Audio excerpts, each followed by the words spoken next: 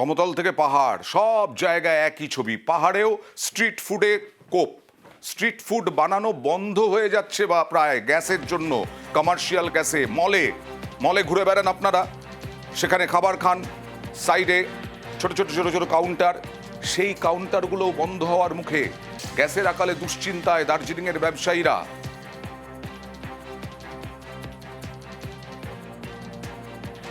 Gas का तो अभी यहाँ पे देखिए बहुत ज़्यादा ही प्रॉब्लम है। हम लोग स्ट्रीट फूड दुकान लगाते हैं, यहाँ पे अभी कमर्शियल गैस 3-4 रोज हो गया नहीं मिल रहा है, और रेगुलर जो है वो भी 25 दिन के लिए जो हम लोग बुकिंग करते हैं तो 25 दिन के बाद में गैस मिलेगा। पहले ऐसा नहीं था। पहले ऐसा नहीं था, जब चाहिए तो हम लोग को मिल जाता था। अभी बहुत ज़्यादा गैस के लिए हम लोग को दिक्कत हो गया है। প্রবলেম তো শুরু হয়ে গেল। আমার কমার্শিয়াল গ্যাস পাচ্ছি না, আমি একদিন বা দুদিন আমি টানতে পারবো, তারপরে তো আমরা তো বন্ধ করতেই হবে দোকান। কেন কি আমরা দোকানে স্টাফও আছে, খানা দিতে হবে, গ্যাস লাগবে। এজেন্সি আছে, ও তো এইরকম বলছে কি আগে আমরা হসপিটালকে দিব, তারপরে স্কুলকে দিব, আর কমার্শিয়াল যা আমরা ইটারি আছে, রেস্টুরেন্ট বা কোনো মিষ্টি দোকান বা এরকম বা হোটেল সাপ্লাই দিব না। जहाँ पे जो लड़ाई हो रही है इसकी वजह से गैस की जो प्रॉब्लम हो रही है, यहाँ पे भी ये दार्जिलिंग में भी इतना क्राइसिस हो रही है, लेकिन अब जो कर रहे हैं ना वो अभी हो भी नहीं रही है। जितने बार डायल करो ना फोन से हो ही नहीं रही है। अगर खत्म हो गई तो फिर हम क्या करेंगे, कहाँ जाएंगे? এটা কোন রাস্তা বলুন তো? এটা হচ্ছে একেবারে ডেকার্স লেন, সবার কাছেই পরিচিত নাম। ডেকার্স লেনে অফিস পাড়ার বহু মানুষ খেতে যান। সেই ডেকার্স লেনে স্ট্রিট ফুডে জ্বালানির কোপ, গ্যাসের অভাবে কয়লা উনুনে রান্না কোনো রকমে, এমনকি প্লেট পিছু 7 থেকে 8 টাকা দাম বাড়ার আশঙ্কা। যথেষ্ট টান পড়বে পকেটে সাধারণ মানুষের, কিন্তু কি করবেন? এই যে শুনলেন না কিছুক্ষণ আগে যে প্রায় ডাবলের বেশি টাকা নেওয়া হচ্ছে কমার্শিয়াল গ্যাসের ক্ষেত্রে, তারপরেও তো গ্যাস মিলছে না। আর এইভাবে যদি গ্যাসের দাম বাড়তে থাকে তাহলে আমরা সাধারণ মানুষকে পরিষেবাটা দেবো কি করে? মানে যেভাবে আমরা খাবারগুলো বানাতাম, মানে ধরুন 22-23 রকমের যে খাবারগুলো বানাতাম, সেখানে কমিয়ে দিয়ে আমাদের 8খানা-10খানা করতে হচ্ছে। কিন্তু যা গ্যাসের দাম, সেখান থেকে তো আমরা এতটা গ্যাস মানে রান্না করে আমাদের পক্ষে সম্ভব হয় না। অনেক দাম, কেউ কেউ কেউ নিয়ে নিচ্ছে 4000 টাকা নিচ্ছে, কেউ 3800 টাকা নিচ্ছে, যে যেরকম ভাবে করছে। অবশ্যই বেড়েছে। আমি 2খানা বাড়িয়েছি কয়লার উনুন, কিছু করার নেই আমার। তবে যেনারা আসেন এখানে খেতে, আমি কালকেও গতদিনও বলেছি, সোমবার থেকে আমাকে আপনারা একটু সাহায্য করবেন। আমি হয়তো 6-7 টাকা বা মানে যেটা 6-7 টাকা হয়তো বাড়াতে পারি। ধর্মতলায় দেখুন স্ট্রিট ফুডেও জ্বালানির ধাক্কা, গ্যাস না পাওয়ায় কয়লার উনুনেই রান্না, কোনো মতে পরিস্থিতি সামলানোর চেষ্টা। ধর্মতলার ছবি দেখুন, সেই উনুনে ফিরে এসেছে, আবার উনুন ফিরে এসেছে।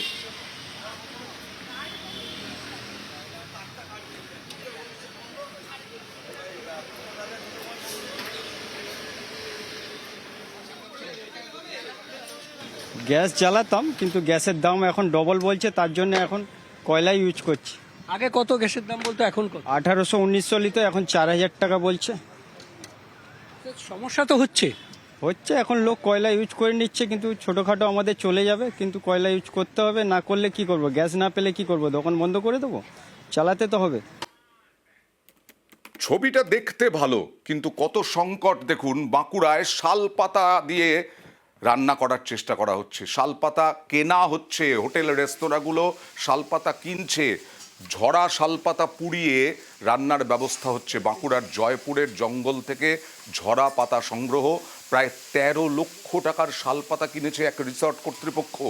প্রতিদিন রিসর্টের রান্নায় 20টি সিলিন্ডার প্রয়োজন, আর সিলিন্ডার না পাওয়ায় কি করবেন? ঝরা পাতা পুড়িয়ে বিজনেস চালু রাখার চেষ্টা। বিকল্প ব্যবস্থা করেছি, গ্রাম থেকে মহিলাদিকে বললুম যদি পাতা এনে দিতে পারো তাহলে আমরা 5 টাকা কিলো হিসেবে পাতাটা কিনবো। সেই পাতা দিয়ে আমাদের মিষ্টি হয় এবং ভাত ডাল তরকারি হয়, আরো অনেক কিছু জিনিস এর থেকে হয়। গ্যাসটা তো আমাদের 20-25 টাকা লাগছিল, এখন সেটা কমিয়ে 2-3 টাকা এনেছি। এই গ্রামের যে আদিবাসী মহিলারা আছে তারা 12-13 লক্ষ টাকার পাতা তারা দিয়ে গেছে। 12-13 লক্ষ টাকার পাতা কিনেছি আমরা। ওই পাতাটা আমাদের এখানে মজুদ আছে, ওই পাতা দিয়ে আমাদের সমস্ত কিছু রান্না হয়। ঝরা পাতা, ঝরা শালপাতা পুড়িয়ে এভাবেই রান্নার ব্যবস্থা। সিলিন্ডার সমস্যা সমাধানের সঙ্গে কর্মসংস্থানেরও ব্যবস্থা আপাতত কিছুটা। গ্রামবাসীদের থেকে শালপাতা কিনছে রিসর্ট। সকাল থেকে জঙ্গলে ঝরা পাতা সংগ্রহ গ্রামবাসীদের, সেই পাতাই সন্ধে রিসর্টে বিক্রি করে বাড়তি আয়। কি বলছেন তারা দেখুন। পাতা পুড়িয়ে রেখেছি, এনে বাবুকে দিই, 400 টাকা করে রোজগার হয়, তাতে সংসারটা চলে। আর কদিন ধরেই হচ্ছে, গ্যাস নাই বাবুর, অনেক দাম বেড়ে যাচ্ছে গ্যাসের, তার জন্য পাতা। কলকাতাতেও কালোবাজারি ধরতে বিভিন্ন জায়গায় অভিযান এনফোর্সমেন্ট ব্রাঞ্চের। কলকাতার একাধিক গ্যাস ডিস্ট্রিবিউশন অফিসে অভিযান, Prince Anwar Shah road, Jodhpur park, বিভিন্ন জায়গায় হানা এনফোর্সমেন্ট ব্রাঞ্চের। কালোবাজারি রুখতে ইবির অভিযান। শহরের একাধিক গ্যাস ডিস্ট্রিবিউশন সেন্টারে অভিযান পুলিশের। কি দেখছেন এনফোর্সমেন্ট ব্রাঞ্চের কর্তারা? স্বাভাবিক দিনগুলোতে কত সংখ্যক বুকিং এবং ডেলিভারি হয়? উদ্ভূত সংকট পরিস্থিতিতে গত দু তিন দিনে কত সংখ্যক বুকিং হচ্ছে? ডেলিভারি হার কত? বর্তমানে স্টক কত আছে? স্বাভাবিক দিনের তুলনায় বর্তমানে স্টকের হেরফের রয়েছে কিনা?